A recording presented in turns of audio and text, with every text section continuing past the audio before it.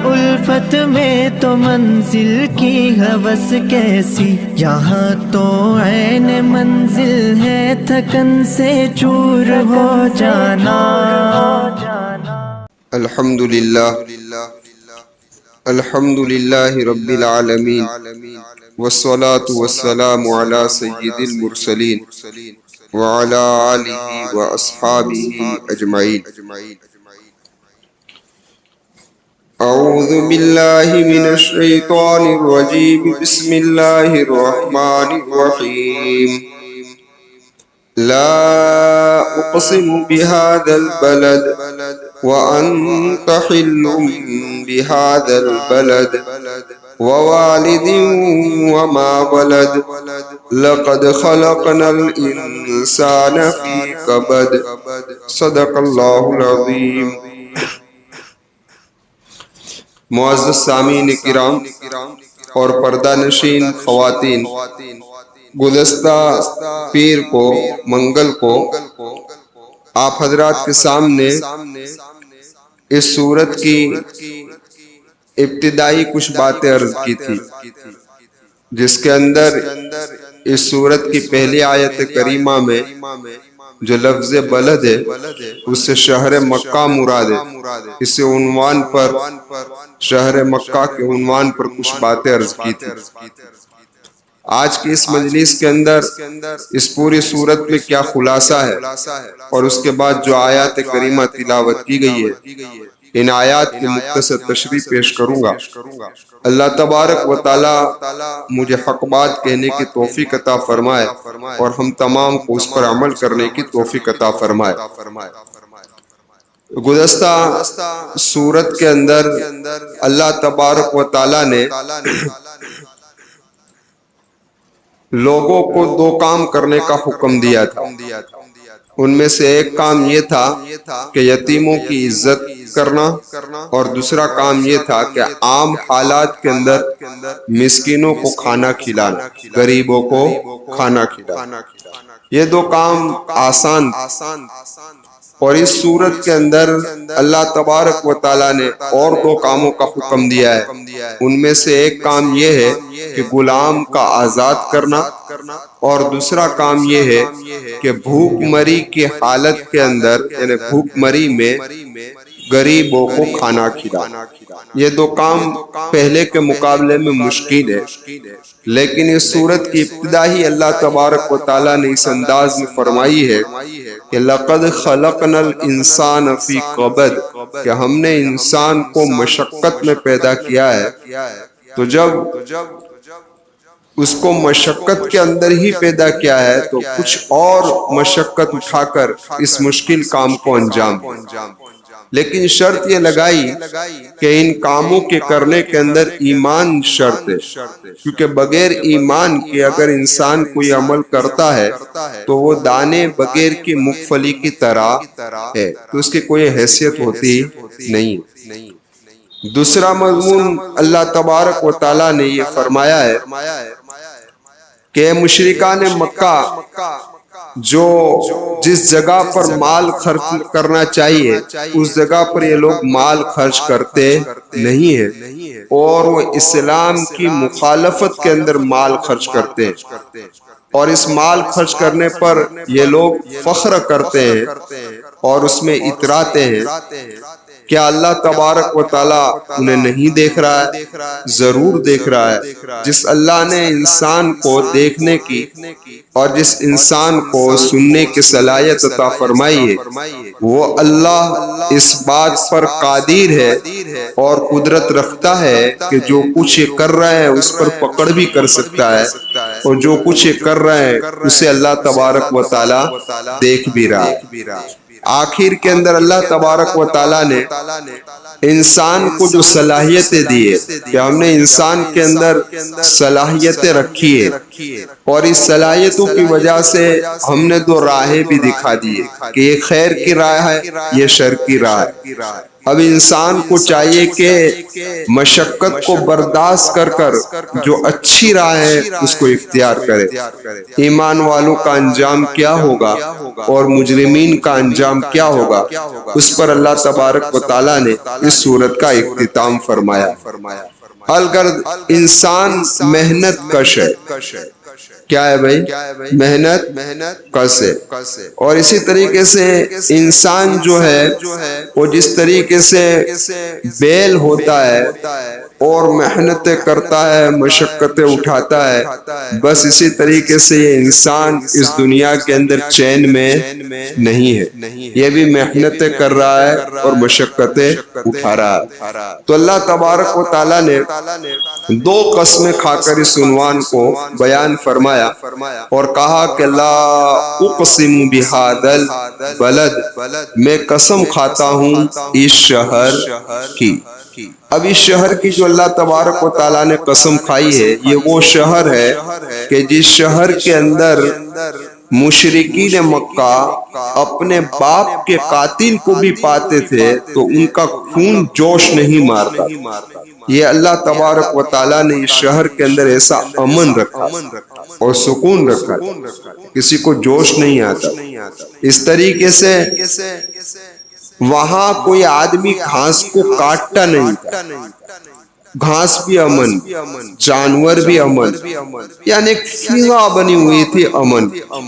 لیکن اشرف کائنات محمد رسول اللہ صلی اللہ علیہ وسلم جب اس جگہ میں پیدا ہوئے اور آپ کو نبوت دی گئی اور اس کے بعد جب اسلام کی دعوت پھیلائی تو ایسے پاکیزہ شہر میں کہ جس شہر کے اندر یہ لوگ اپنے باپ کے قاتل کو بھی قتل کرنا گوارا نہیں کرتے، لیکن ایسی مقدس جگہ پر انہوں نے محمد رسول اللہ کو بھی نہیں چھوڑا۔ اور جو لوگ آپ کی دعوت پر ایمان لائے اور اسلام لائے انہیں بھی تکلیف دینے میں کوئی کمی رکھی نہیں ہے۔ اسی لیے دیکھیں یہ سورت کب نازل ہو رہی؟ یہ سورت اس وقت نازل ہو رہی ہے جب میرے محبوب کی مکی زندگی کا درمیانی وقت چل رہا تھا، یعنی ابھی حبشہ کی طرف ایمان والوں نے ہجرت کی نہیں تھی۔ کہ دیکھیے نزول کا زمانہ اس کا جو ہے 45 بتایا جا رہا ہے، نزول کے اعتبار سے 45ویں نمبر پر یہ سورت ہے۔ اس سے پتہ چلتا ہے کہ آپ کی مکی زندگی کا درمیانی جو وقت تھا اس وقت یہ سورت نازل ہوئی ہے۔ تو ایسی مشقتیں یہ لوگ کیا کر رہے تھے؟ دے رہے تھے۔ آگے اللہ تبارک و تعالیٰ فرماتا ہے کہ وَأَنْتَ حِلٌّ بِهَذَا الْبَلَدِ، اے محمد صلی اللہ علیہ وسلم آپ اس شہر کے اندر کیا ہے؟ مقیم۔ دیکھیے حلن کا معنی اترنے کے اور رہنے کے لیے جائے، ایک معنی۔ اگر رہنے کے لیے لیا جاتا ہے تو آیت کریمہ کی تشریح یہ ہے کہ محمد صلی اللہ علیہ وسلم یہ شہر پہلے سے مقدس تھا اور مقدس ہے، اور آپ بھی اس کے اندر مقیم ہے، تو اب اس کی عظمت اور بڑھ گئی، کیونکہ مکان کی ویلیو جو بڑھتی ہے وہ مکین سے بڑھتی ہے، کس سے؟ رہنے والوں سے بڑھتی ہے۔ رہنے والا اچھا ہو تو پھر مکان کی قدر و قیمت کیا ہو جاتی ہے؟ بڑھ جایا کرتی ہے۔ تو محمد صلی اللہ علیہ وسلم آپ اس پاکیزہ شہر کے اندر ہے، اس بنا پر اس شہر کی عظمت دوہری ہو گئی، ڈبل ہو گئی۔ ایک ترجمہ۔ اب دیکھیے وَأَنْتَ حِلٌّ، ہل کا معنی اگر اترنے کے لیے جائے، کیا کس کے معنی میں لیے جائے؟ اترنے کے لیے لی جائے، اترنے کے معنی میں لیا جائے، تب بھی آپ اس کا ترجمہ کیا دیکھیں گے کہ اس کا ترجمہ اور آیت کریمہ کا مطلب یہ ہوگا کہ محمد صلی اللہ علیہ وسلم آپ اس جگہ میں یعنی مکۃ المکرمہ ابھی جو مصائب برداشت کر رہے ہیں، ابھی جو تکلیفیں اٹھا رہے ہیں، یہاں تک کہ آپ کو اس شہر کو چھوڑنا بھی پڑے گا، لیکن ایک وقت اور ایک زمانہ ایسا آئے گا کہ آپ اس شہر کے اندر اتریں گے، اور جس طریقے سے مہمان کو باعزت اتارا جاتا ہے اس طریقے سے آپ کو اس شہر میں اتارا جائے گا۔ جو آج آپ کی جان کے دشمن ہے نا، جو آج آپ کی جان کے دشمن ہے، وہ آپ کے سامنے معافی مانگتے ہوئے کھڑے ہوں گے۔ اور یہ ہوا۔ اب دیکھیں یہ وعدہ اس وقت کیا جاتا ہے کہ جب مادی اعتبار سے مسلمانوں کے پاس کوئی طاقت نہیں تھی، مکہ کی وسطی زندگی ہے، درمیانی زندگی ہے، اس وقت یہ وعدہ کیا جا رہا ہے کہ آپ آئیں گے فاتحانہ انداز میں، اور آئے۔ سن ہجری 8 کے اندر مکہ فتح ہوا، اور محمد رسول اللہ صلی اللہ علیہ وسلم مکہ میں اترے، اور یہی دشمن اسلام آپ کے سامنے معافی مانگتے ہوئے سامنے آئے، اور اللہ کے محبوب صلی اللہ علیہ وسلم نے انہیں کیا کر دیا بھائی؟ معاف کر دیا۔ آپ نے کیا کر دیا؟ انہیں معاف کر دیا۔ اب حل کا ایک معنی حلال کے بھی، کس کے ہیں؟ حلال کے بھی۔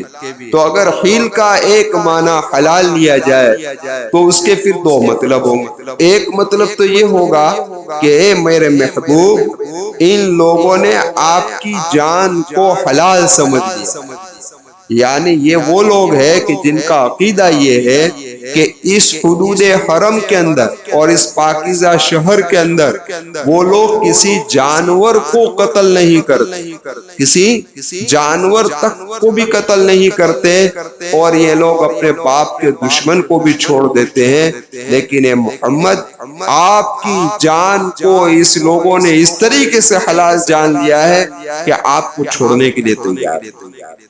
اسی لیے علماء نے لکھا ہے کہ حضرت آدم علیہ السلام سے لے کر محمد الرسول اللہ صلی اللہ علیہ وسلم تک کا جو زمانہ ہے، یعنی کہ آپ اور آپ کے اصحاب کا جو زمانہ ہے، حضرت آدم سے لے کر پورے زمانے میں اس شہر کے اندر اور اس پاکیزہ شہر کے اندر اتنا ظلم نہیں ہوا ہوگا جتنا ظلم محمد صلی اللہ علیہ وسلم اور آپ کے اصحاب پر ہوا، آپ کے اصحاب پر۔ یہ تو حل کا حلال کے معنی میں لیا جائے تو ایک مطلب، اور حلال ہی کے معنی میں لیا جائے تو دوسرا مطلب یہ ہوگا کہ محمد صلی اللہ علیہ وسلم یہ جو شہر ہے یہ امن والا ہے، اور اللہ نے اس کو امن والا بنایا ہے، اور یہ امن والا رہے گا۔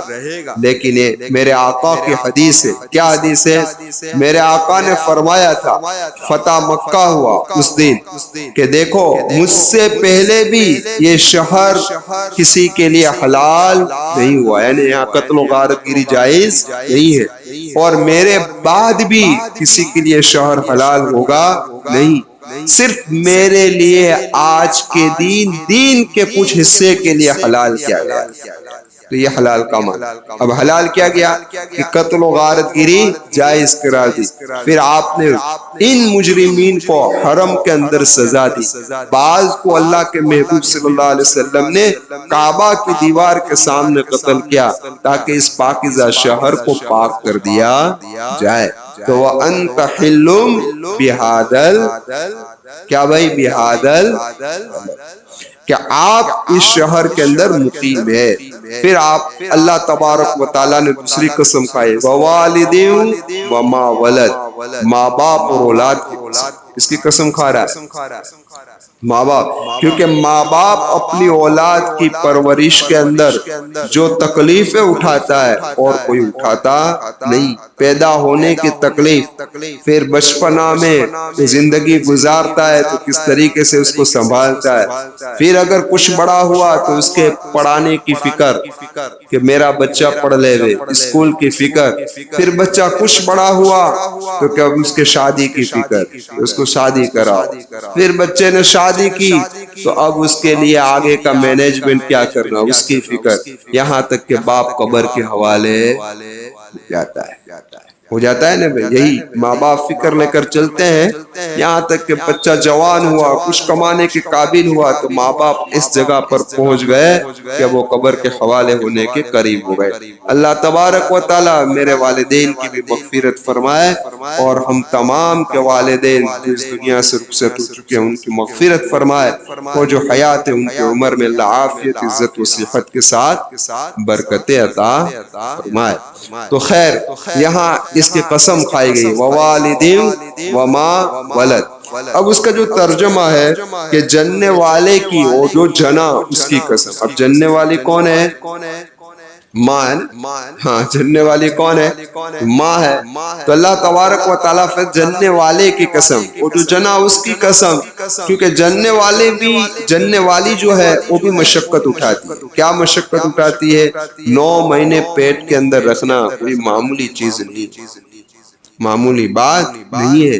اور اس کے بعد جب اس کی ولادت کا وقت ہوتا ہے, اس وقت جو تکلیف اٹھاتی ہے ماں, اور کوئی نہیں اٹھا سکتا.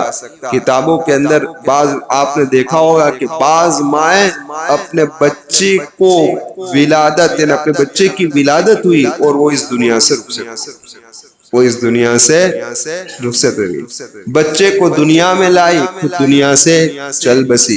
یہ جننے والے کی قسم. اور جو جنا اس کی قسم, یعنی کہ کون جنا؟ بچہ جنا. تو یہ بچہ بھی بیچارہ مشقت اٹھاتا ہے. کیا اٹھاتا ہے؟ 9 مہینے تو ماں کے پیٹ میں رہا بند کوٹھڑی کے اندر, اور جیسا وہ باہر آیا تو اس نے دنیا دیکھی. اب دنیا دیکھی تو اس دنیا کے اندر تو اب مشقت ہی مشقت ہے, محنت ہی محنت ہے, اور کچھ ہے نہیں. اس لیے بعض کہنے والے نے کہا کہ جب بچہ پیدا ہوتا ہے تو روتا ہے. کیا کرتا ہے؟ روتا ہے نا. آپ بھی روئے تھے کہ نہیں؟ یاد ہے آپ کو کیا آپ روئے تھے؟ نہیں. جب بچہ پیدا ہوتا ہے تو کیا ہوتا ہے بھائی؟ روتا ہے. تو یہ کیوں روتا ہے؟ بعض لوگوں نے کہا اس لیے روتا ہے کہ اب یہ زندگی رونے دھونے میں گزرنے والی ہے. کس میں گزرنے والی ہے؟ رونے دھونے, ہے نا. ایسا کون انسان ہوگا جو دنیا میں نہ رویا؟ رویا ہے کہ نہیں؟ سب روئے ہیں. اس وجہ سے کبھی اپنے قریبی رشتہ دار میں سے کوئی رخصت ہو گیا تو رونا آتا ہے, کبھی حالات آ گئے تو رونا آتا ہے, کبھی بیماریوں نے گھیر لیا تو انسان روتا ہے, کبھی مشکلی میں روتا ہے. تو ہر انسان روتا ہے. اسی لیے کسی کہنے والے نے کہا ہے کہ لما توذن الدنیا من سروفها یکون بکاء الطفل ساعة یولد. کیا کہتا ہے کہ جب دنیا اپنے تغیرات کی خبر دیتی ہے, دنیا میں کیا کیا اب مجھے پاپڑ بیلنے پڑیں گے, جب دنیا اپنے تغیرات کی خبر دیتی ہے تو بچہ ولادت کے وقت روتا ہے. وَإِلَّا فَمَا يَبْكِيهِ مِنْهَا فَإِنَّهَا لَأَوْسَعُ مِمَّا كَانَ فِيهِ وَأَرْغَدُ. ورنہ وہ اس وقت نہ روتا, اس لیے کہ اب تو سابقہ جگہ سے زیادہ کشادہ مقام میں آ گیا. پہلے تو تنگ جگہ میں, اس کے بجائے تو اب بہت کشادہ میدان کے اندر آ گیا, بڑی دنیا میں آ گیا. تو پھر تو اس کو گھبرانا نہیں چاہیے. لیکن یہ کیوں گھبرا رہا ہے, وہ کیوں رو رہا ہے؟ لگتا ہے کہ اب سب سر پہ پڑے گی, اب پاپڑ بیلنے پڑیں گے, حالات تکلیف مصیبتیں آئے گی. تو اس لیے بچہ ہوتا ہے. سمجھ میں آئی بات؟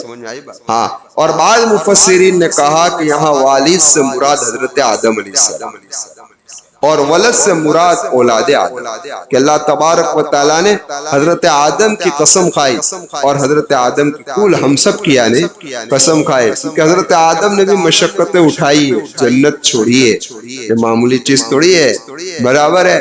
اور ماشاءاللہ ہم لوگ بھی جو یہ دنیا میں آئے بس جنت کی بشارتیں سن رہے ہیں, اور محنت مشقت میں اپنی زندگی کیا کر رہے ہیں؟ گزار رہے ہیں. تو اللہ تبارک و تعالیٰ نے قسم کھائی. اب ذرا دیکھیں آپ اس بات پر اور غور کریں کہ انسان کی اصل جو ہے اس اعتبار سے بھی انسان نے مشقت اٹھائی. کس اعتبار سے؟ تو اصل ترابی کے اعتبار سے بھی, یعنی حضرت آدم علیہ السلام کی خاک. تراب کا معنی کیا ہوتا ہے؟ مٹی کے ہوتے ہیں. اور اصل آبی کے اعتبار سے بھی، یعنی حضرت آدم علیہ السلام کا نطفہ، دونوں اعتبار سے انسان نے مشقتیں اٹھائی۔ اب کس طریقے سے آپ ذرا دیکھیں، اس بنا پر کہ دنیا میں پہلے کیا تھا؟ پانی۔ کیا تھا بھائی؟ پانی ہی پانی تھا اور کچھ تھا نہیں۔ یہ مٹی کی ابتدا کہاں سے ہوئی؟ بیت اللہ سے۔ کہاں سے ہوئی؟ بیت اللہ سے ہوئی، پھر زمین کا پھیلنا شروع ہوا۔ تو بیت اللہ کہاں ہے؟ مکہ میں۔ تو مکہ کی سرزمین سے اس مٹی کی ابتدا ہوئی ہے، اور مکہ کے اندر سخت آزمائش آئی۔ کس طریقے سے آزمائش آئی؟ حضرت ابراہیم اور حضرت اسماعیل اور حضرت ہاجرہ علیہم السلام نے اس شہر کو آباد کرنے میں بہت تکلیفیں اٹھائی، بہت مشقتیں اٹھائی، اور اس شہر میں محمد رسول اللہ جب تشریف لائے تو آپ نے بھی بڑے مصائب اور تکلیف کو برداشت کیا ہے۔ تو ہماری جو اصل خاک ہے وہ بھی مشقت والی ہے، اور ہماری جو آب ہے یعنی حضرت آدم علیہ السلام کا نطفہ وہ بھی مشقت والا ہے۔ سمجھ میں آئی بات؟ تو کہنے کا مقصد و خلاصہ یہ ہے کہ ہماری اصل کیا ہے؟ مشقت والی ہے۔ اب اسی لیے اللہ کہہ رہا ہے کہ لَقَدْ خَلَقْنَا الْإِنسَانَ فِي كَبَدٍ، کہ تحقیق کہ ہم نے انسان کو مشقت میں پیدا کیا ہے نا بھائی؟ مشقت میں ہے کہ نہیں؟ کہ ماشاءاللہ راحت کے اندر جو انسان پیدا ہوا تب مشقت ہے، ابھی دانت ہے نہیں، کھانے کی مشقت، ہاتھ پیر ہلتے نہیں ہے، گھوڑیے میں پڑے رہنے کی مشقت، دل چاہتا ہے کہ کچھ کھائیں پیئیں لیکن ہاتھ پیر کام کرتے نہیں ہے، زبان ہے نہیں کہ بول سکتے نہیں، یعنی بول بھی سکتا نہیں، یہ بیچارہ تکلیف اٹھا رہا ہے۔ کچھ بڑا ہوا ابھی تو کہ چلو اسکول، چلو ٹیوشن، چلو مدرسے، اب یہ پاپڑ ویلے، اب اس میں سے بیچارہ کچھ باہر آیا تو شادی ہو، پھر تو اب کیا گزرتے ہو آپ لوگ جانتے ہیں، برابر؟ اس کی زیادہ تفسیر کرنے کی ضرورت ہے نہیں، برابر؟ اب اس میں سے بیچارہ کچھ آیا تو اولاد پیدا ہوئی، تو اولاد کے جھمیلے، بہو کیسی آئی کیسی نہیں، سمجھ میں آئی؟ اچھی آئی تو ٹھیک ہے، ورنہ تو پھر وہ جھمیلے شروع۔ اب وہ جھمیلے سے کچھ باہر آیا تو عمر کے اس حصے کے اندر پہنچ گیا کہ جہاں پہنچنا ہے، تو قبر کے اندھیرے کی قبر میں اندھیرا، منکر نکیر کو کیا جواب دوں؟ اب وہاں سے کچھ باہر نکلے تو کہ میدان محشر میں کھڑے رہنے، کہ اب میدان محشر میں کھڑا ہونا ہے، اور میزان کے سامنے جب عمل تولے جائیں گے تو حضرت آدم علیہ السلام سے لے کر سب لوگ ہوں گے، میری کیا عزت ہوگی کہ ذلیل ہوگا، اللہ کے سامنے کھڑے ہونے کی فکر۔ اب ان سب منزلوں سے پار ہوتا اللہ میری اور آپ کی حفاظت فرمائے۔ اگر جہنم کا فیصلہ ہو گیا تو ہمیشہ کی، یعنی ہمیشہ مینس ایک بڑی مصیبت، ایک بڑی مصیبت۔ تو انسان کی پوری زندگی کیا ہے بھائی؟ مشقت والی ہے۔ اس لیے کہا کہ لَقَدْ خَلَقْنَا الْإِنسَانَ فِي كَبَدٍ۔ تو اب یہ ذہن میں ایک سوال پیدا ہوتا ہے، تو یہ سوال یہ ہے کہ یہ مشقت تو جانور بھی اٹھاتا ہے، یہ مشقت تو کون اٹھاتا ہے؟ جانور بھی۔ تو پھر انسان کو کیوں یہاں خاص کیا اللہ تبارک و تعالی؟ بھائی جانور اٹھاتا ہے، لیکن اللہ تبارک و تعالی نے انسان کو جانوروں کے مقابلے میں عقل زیادہ دی۔ دوسرے جو جانور ہے جسم کے اعتبار سے مضبوط ہے، انسان کمزور ہے، لیکن عقل کے اعتبار سے کون مضبوط ہے؟ انسان مضبوط۔ دوسرا کہ جانور اگر مر گیا تو پورا، لیکن انسان مرنے کے بعد پورا نہیں ہے، اس کو حساب کتاب دینا، جانوروں کو کوئی حساب کتاب دینا نہیں ہے۔ تو کہنے کا مقصد اس لیے اللہ تبارک و تعالیٰ نے انسان کو یہاں پر کیا کیا؟ خاص کیا۔ اب ایک اشارہ اور مل گیا، کیا مل گیا؟ یہ اشارہ یہ ملا کہ انسان اپنے طریقے سے پیدا نہیں ہوا، یعنی اپنی چوائس سے نہیں آیا، کسی نے اس کو یہاں بھیجا ہے، خود آیا نہیں۔ اگر خود اس کے اختیار میں ہوتا تو یہ جھمیلے دیکھ کر آتا ہی نہیں، اوپر ہی پڑا رہتا، مزہ کرتا آرام سے، جو بھی ہنستا ہے برابر۔ سمجھ میں آئی بات؟ تو یہ جھمیلے دیکھ کر وہ دنیا میں آتا ہی نہیں، اوپر ہی پڑا رہتا، لیکن اس کو بھیجا گیا ہے، اور بھیجنے والی ذات کون ہے؟ اللہ تبارک و تعالی۔ اب دیکھو یہ پورا آپ نے سنا، تو اب اگر انسان یہ گمان کرے کہ مجھے دنیا میں تکلیف پہنچنی ہی نہیں چاہیے، تو اس کا گمان، کوئی انسان دنیا میں راحت سے رہے گا؟ کوئی بھی انسان دنیا میں راحت سے رہے گا؟ اس کو کچھ نہ کچھ حالات، کچھ نہ کچھ مصیبت، کچھ نہ کچھ تکلیف اس کو اٹھانی پڑے گی، مشقت اٹھانی پڑے گی، اس پر اس کو صبر کرنا پڑے گا، اور اللہ کا شکر ادا کرتے رہنا پڑے گا۔ اسی لیے کہا کہ انسان کیا ہے بھائی؟ مکلف ہے، محمل نہیں، یعنی ایسے بیکار میں پیدا نہیں کیا گیا، بلکہ مکلف ہے۔ اللہ نے دو صلاحیتیں، دو طاقتیں اس کے اندر رکھی ہے، ایک صفت ملکیت رکھی ہے اور دوسری صفت بہیمیت رکھی۔ صفت ملکیت کا معنی ہے فرشتوں والی صفت، اور صفت بہیمیت کا معنی یہ ہے جانوروں والی صفت۔ اب اللہ آزماتا ہے کہ یہ جانوروں والی صفت کو اوپر رکھتا ہے کہ فرشتے والی صفت کو اوپر رکھتا ہے۔ اگر فرشتے والی صفت کو غالب اور اوپر رکھے گا تو کامیاب ہوگا، اور اگر جانور والی صفت کو اوپر رکھے گا تو کیا ہو جائے گا؟ ناکام ہو جائے گا۔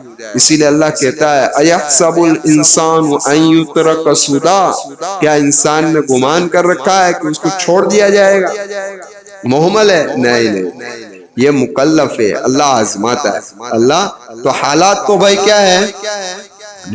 حالات تو آنے والے ہیں، لیکن آپ ذرا اس پر غور کریں اور سوچیں کہ اگر حالات نہ آنے والے ہوتے کسی پر تو کس پر نہ آتے ہیں؟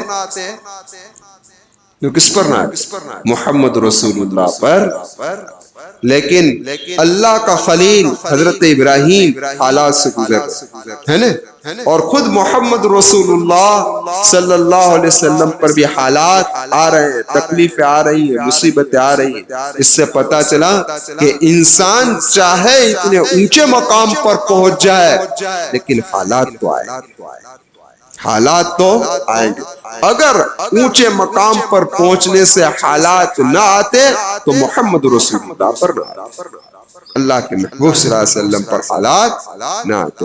تو الغرض یہ ان 5 آیت کریمہ کا خلاصہ ہے۔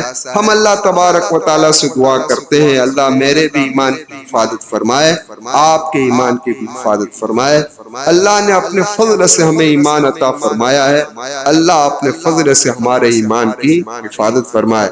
حضرت مولانا سجاد صاحب نعمانی زید مجدوہ نے ایک خطبے کے اندر کہا تھا کہ اللہ تبارک و تعالیٰ نے فرمایا یا ایھا الذین آمنوا قوا انفسکم واہلیکم نارا، اے ایمان والو اپنے آپ کو جہنم سے بچاؤ اور اپنی اولاد کو جہنم سے بچاؤ۔ یہ آیت کریمہ کئی مرتبہ آپ نے سنی ہوگی، اس کا ترجمہ بھی سنا ہوگا۔ حضرت والا فرماتے بہت یعنی کہ بڑا اشارہ ہے اس کے اندر، کیا کہ ایک زمانہ ایسا آئے گا، پور فتن زمانہ، کیا آئے گا؟ فتنوں کا زمانہ، اب یہ شروع ہی ہو چکا ہے، فتنوں کا زمانہ ہے۔ ایمان کے بچانے کے لالے جائیں گے، کس کے بچانے کے لالے جائیں گے؟ تو دیکھیو جہنم سے بچانے کا کہا ہے، کیونکہ جہنم اللہ نے کافروں کے لیے، کہیں بھی قرآن میں پڑھو جہنم کے بارے میں للکافرین آئے گا، کس کے لیے ہے؟ کافروں کے لیے۔ تو کہ اے ایمان والو کہیں ایسا نہ ہو جانا کہ موت سے پہلے کہیں مرتد نہ ہو جانا، ایمان سے ہاتھ نہ دھونا کہ پھر ہمیشہ کی جہنم کے شکار۔ تو آج کے اس پرفتن زمانے کے اندر اللہ سے ہم بھی دعا کریں، آپ بھی دعا کریں، اللہ ہماری نسلوں کی بھی ایمان کی حفاظت فرمائے، خصوصاً ہماری نوجوان بیٹیاں جو کالجوں کے اندر جا رہی ہیں اور کالجوں کے اندر وہ لوگ عشق کے اندر مبتلا ہو کر اپنے ایمان کو بیچ رہی ہیں، اللہ حفاظت فرما لے۔ تو اس لیے ہمیں چاہیے کہ ہم فکر کریں کہ ہمارا ایمان بھی محفوظ رہے، ہماری اولاد کا ایمان بھی محفوظ رہے، اس لیے دینی ماحول میں رہنا چاہیے۔ اللہ ہم تمام کو دینی ماحول میں رکھے. آمین. وآخر دعوانا الحمدللہ رب العالمین. سبحان اللہ وبحمدہ سبحانک اللہم وبحمدک ونشہد ان لا الہ الا انت نستغفرک ونتوب الیک برحمتک یا ارحم الراحمین.